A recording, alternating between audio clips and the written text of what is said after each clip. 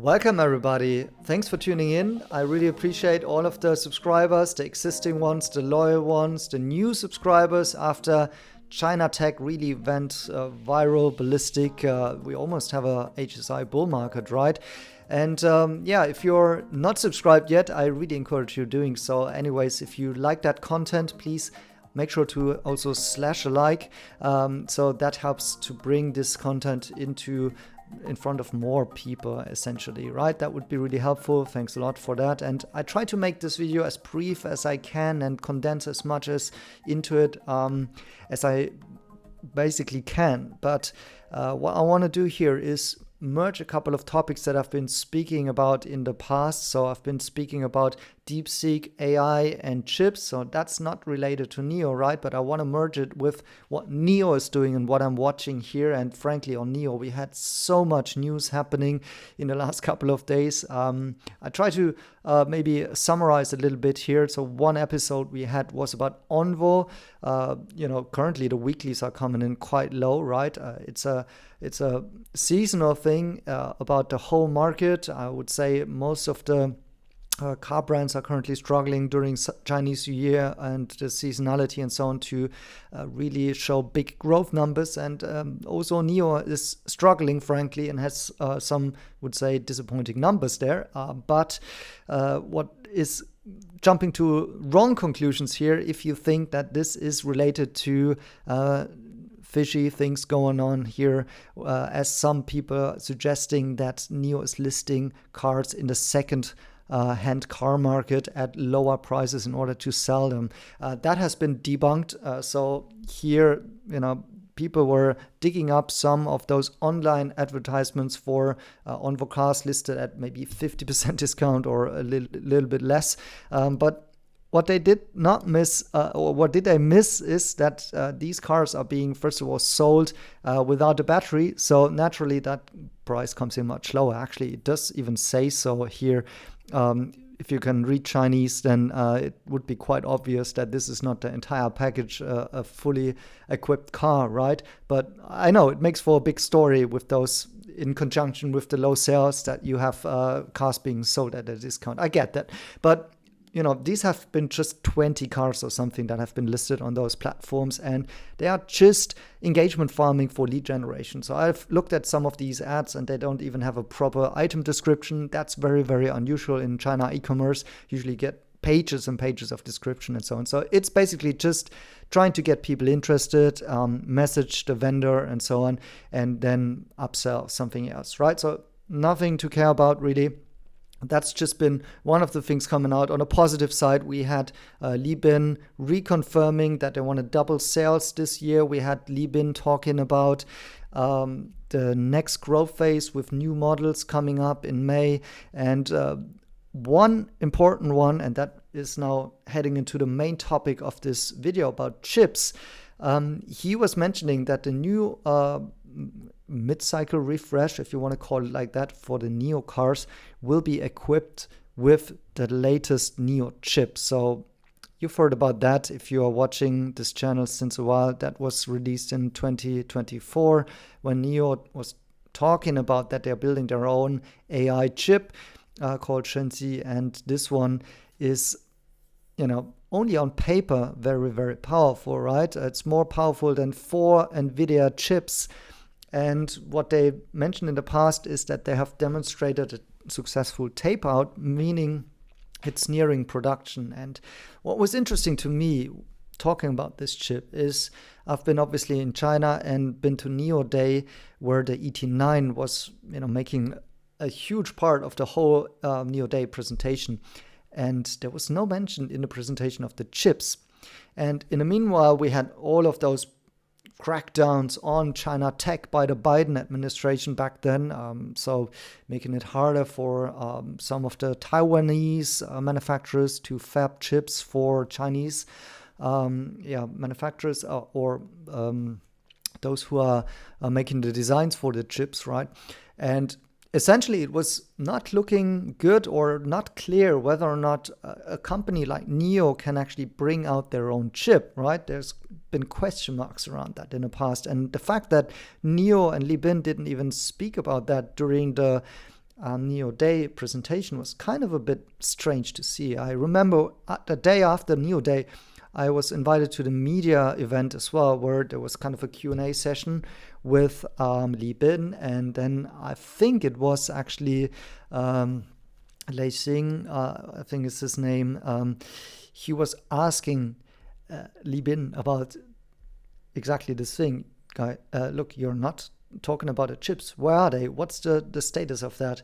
And Li Bin, he had a very, very short reply. He was saying, since chips are a very political topic, we better don't talk about it.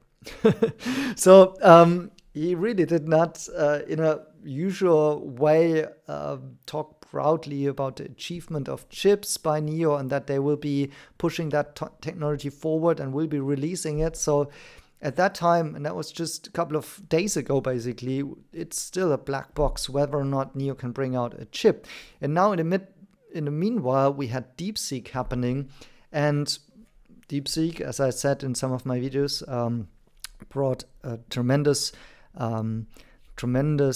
innovation in a sense of the algorithms and the efficiency gains that the Chinese have made in order to circumvent some of the chip restrictions, right? And as you remember, this was one of my key predictions, that this would happen as a reply or an answer to those US chip sanctions. But what also happened is, or my second prediction that I said would be that the Chinese would start making their own chips at a mass manufacturing level, and those chips might be just as advanced. And Deepseek already demonstrated that for the operational side. For the inference training, they are relying on Huawei chips that are a little bit less powerful than Nvidia's, but more cost efficient, right? So we see that kind of happening. And now where I want to merge this together is why I'm watching this topic very closely now, and why I think the last message that Li Bin sent is very powerful and very interesting regarding the chips, is that NIO could actually play this role. It could be the first Chinese company really demonstrating here that they can domestically produce their own chips. I know it's a different one. It's a in-car chip. It's still an AI compute chip, so it's relevant. It's not a chip that is being used like the Huawei Ascend chips in the data centers in order to crunch powerful AI models, right? But we see also with Deepseek this huge trend of that the compute is actually moving towards the edge, right? That's why Apple, for example, gained a lot on a day and Nvidia was falling, because Deepseek essentially demonstrated that a lot of the compute can actually happen not in the cloud or elsewhere in data centers remotely, but actually in an edge object like a car, right? And so NIO could be the demonstration here for China, the breakthrough that they can get this 5 nanometer technology out there in an application case. And now Li Bin coming around in the last couple of days and saying, not only will we get the ET9 out there with this chip, plus it is coming into all of our models in May. This clearly tells me that NIO is now safe and sure that they have this chip ready and that it will come actually in a mass scale of production. That would essentially render my second prediction valid, that China has a breakthrough on the chip manufacturing level, gaining the 5 nanometer technology. Because, the big question is whether or not this chip is being produced by somebody else, like in Taiwan or in South Korea, which then always would be, up to the US sanctions at some point, whether or not it can be produced at an ongoing manufacturing process, right? There might be overnight a hurdle at which it may not be longer possible. And I somewhat just have the feeling that NIO might demonstrate that locally, domestically, by a local fab. Like there is semiconductors companies in China which are doing the same thing. I actually posted an article in my Patreon community, which is about the whole way of how China is dismantling the Nvidia monopoly and their moats like Cuba and whatever, and part of that is that the local fabs are really getting ready to taping out chips at a 5 nanometer level, and some of that using, of course, workarounds and so on. But ironically and excitingly, it might be NIO really that's bringing that to a consumer product first. And what does it mean for NIO? Not only will they be the kind of the spearhead program of that, and everybody will associate NIO with this breakthrough of China this time. We had Deepseek coming for the AI models and stuff, but this time it might be NIO carrying the flag for this chip breakthrough. But of course, also fundamentally, we've been talking in our Patreon community about what this means in margins, and I think Nvidia chip, the Orange and so on that NIO has been buying is somewhere between $2,000 in a cost effect per car that NIO has to carry there, and obviously they need to upsell that. And with a new chip that is more vertically integrated, it's more powerful, that is self-developed, and therefore under NIO's cost control, I think it could shave off easily 1,000, maybe more USD per chip cost. Well, in the beginning, of course, there's the R&D, but that might be, well behind us. And now on the operational side, while producing them, I think it would be significantly cheaper, maybe 20% to up to 50% in cost reduction there, and that will boost the margins. I think on the vehicle margin level, anywhere between 100 to 300 basis points, if not even more. Like, I'm talking at current scale, right? So if the current vehicle margin is at 13%, it may go up to 15, 16% just because of the impact of the chip. But then obviously, as NIO is launching that in other models, like the scale becomes bigger, and the NIO brand is also growing as indicated for this year. Hopefully, if they can achieve that, with that scale, it's just becoming more and more of a margin driver, in my opinion. So that's the exciting thing, merging the big picture here of what it means on a Chinese level, on a China versus US technology war type of metric, but then also for the company fundamentally.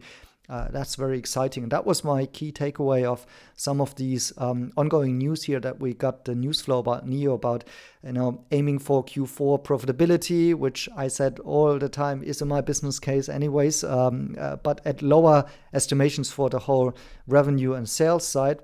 Got to see where it's going, but I think it doesn't even need a doubling in sales in order to achieve the Q4 profitability. But it's now a very pronounced company goal for Li Bin here, and then hopefully full year profitability 2026. So these are big words given of especially saying that in this current very, very low seasonality. But I'm expecting now, with the yesterday price movement in the stock, possibly it's been now discounted for all of these negative negative growth parts of the year. I think I'm speaking about this for the whole industry. I think now the whole industry should get into the momentum level. In February might be still a bit lower, right? Not lower, but not as fast. But I think from March and so on, April, it really needs to pick up. And that's exactly the time during which NIO will also be launching those new models, then first with the ET9, but then also the mid-cycle refresh of the NIO brand in general. So could be very exciting. A key thing to watch for me here, in my opinion, and the chips part was really what was making me exciting about those latest remarks by the CEO. And let's see whether or not they can fulfill these big goals. It's not clear yet whether or not it's domestically made, but that's would be fitting very well with my prediction on those developments on the China AI side. So let me know in the comments what you think about that. Thanks for watching. See you in my next videos.